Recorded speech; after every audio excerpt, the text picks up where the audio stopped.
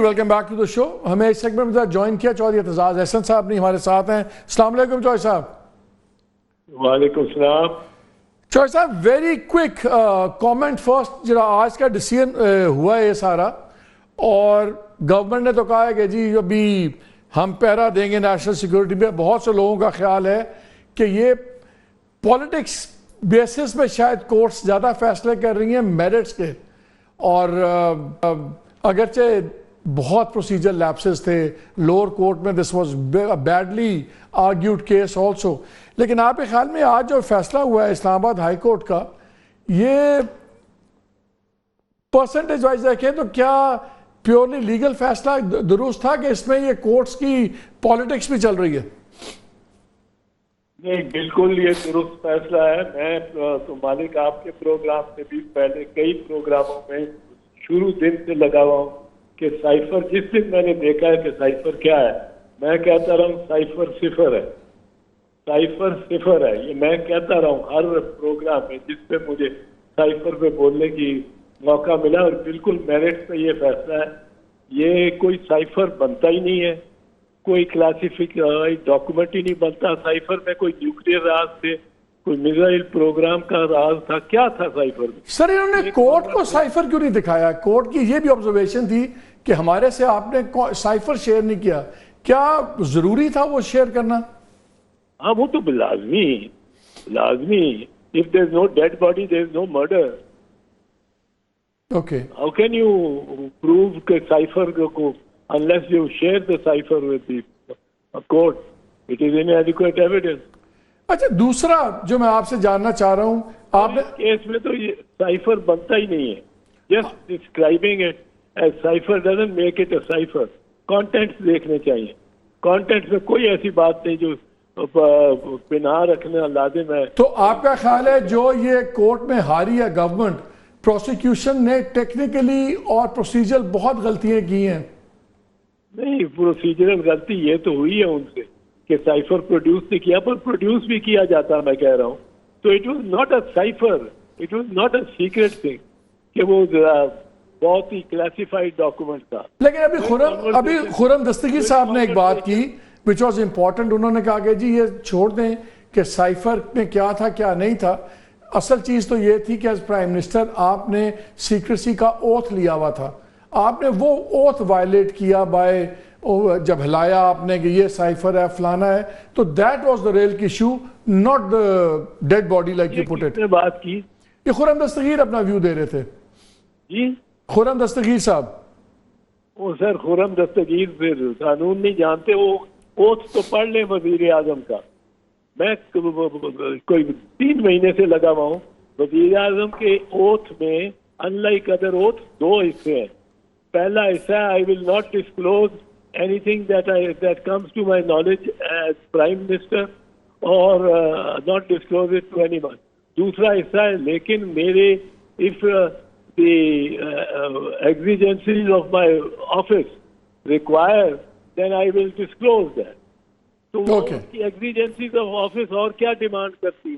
سر ایگزیجنسی میں کیا اگر اپنی گورنمنٹ گر رہی ہو تو وہ جسٹیفائی ہوتا ہے پیورلی؟ نہیں, ایک امریکن یا ایک غیر ملکی سفارتکار ہو یا بہت بڑا افسر, ڈونلڈ لو ہے, وہ یہ پالیسی میکرز میں ہے آن دس, وہ کہتا ہے کہ ہم آپ کو بخشیں گے نہیں اگر آپ نے وزیر اعظم اپنے وزیر اعظم کو کل یا پرسوں کے نو کانفیڈنس موشن میں فارغ نہ کیا, آفس سے نہ نکالا. یہ کہاں سے کلاسیفائڈ ہو گیا؟ یہ کس طرح کلاسیفائی ہوا؟ یہ امریکہ کے لا. اچھا سر, ایک چیز اور آپ میں آپ کا ویو پوائنٹ چاہتا ہوں. ہوگا ٹھیک ہے, نہیں آپ بات ذرا سنیں نا. جی جی. یہ امریکہ کے حوالے سے امریکن لا کے تحت امریکن کے لیے کلاسیفائڈ ہوگا. پاکستان کے لیے تو یہ حشر نشر کر کے بتانا چاہیے لوگوں کو کہ یہ سازش ہو رہی ہے. اب یہ ظاہر ہے اس نے وزیر اعظم کو تو نہیں بھیجا, اس نے تو بھیجا ہے کسی اور کو, یعنی باجوہ صاحب کو. ٹھیک ہے, مخاطب ہے. اچھا چوہدری صاحب ایک اور بڑا امپورٹنٹ کیس چل رہا ہے, وہ ریزرو سیٹس والا چل رہا ہے سپریم کورٹ میں, اور آج اوپن کانفلکٹ ہو گیا جسٹس منیب صاحب کا ود چیف جسٹس, اور it was a quite an ugly confrontation.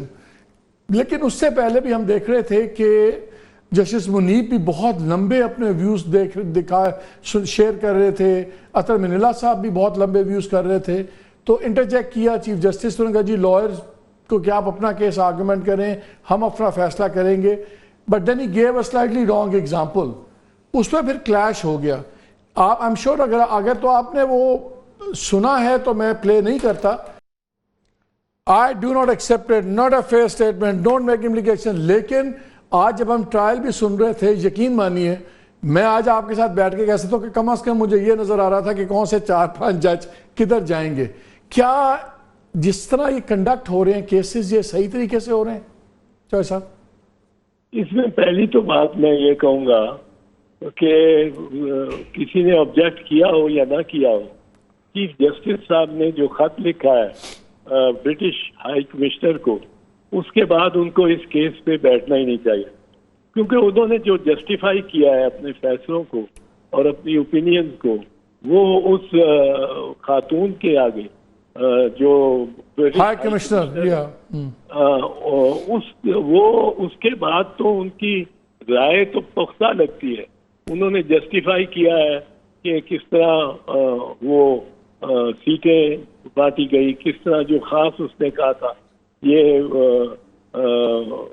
قیدیوں کے ساتھ اور سمبل جو لے لیا گیا, یہ سب چیزیں اس وقت یہ فل کورٹ کے سامنے موضوع سخن ہوں گی, موضوع بحث ہوں گی کہ سمبل اگر لیا گیا اس سے سمبل کے کیا اختیار تھا, کیا اثر تھا ان سیٹوں پہ. لیکن میں اسی لیے آپ سے پوچھ رہا ہوں, جیسے آپ نے کہا سی جے کو نہیں بیٹھنا چاہیے, دوسرے لوگ کچھ اور ججز کی بات کر رہے ہیں, آپ کے خیال میں کیا جس طرح ٹرائل کنڈکٹ ہو رہا ہے کیا یہ ان لائنز پہ ہو رہا ہے جیسے ہونا چاہیے؟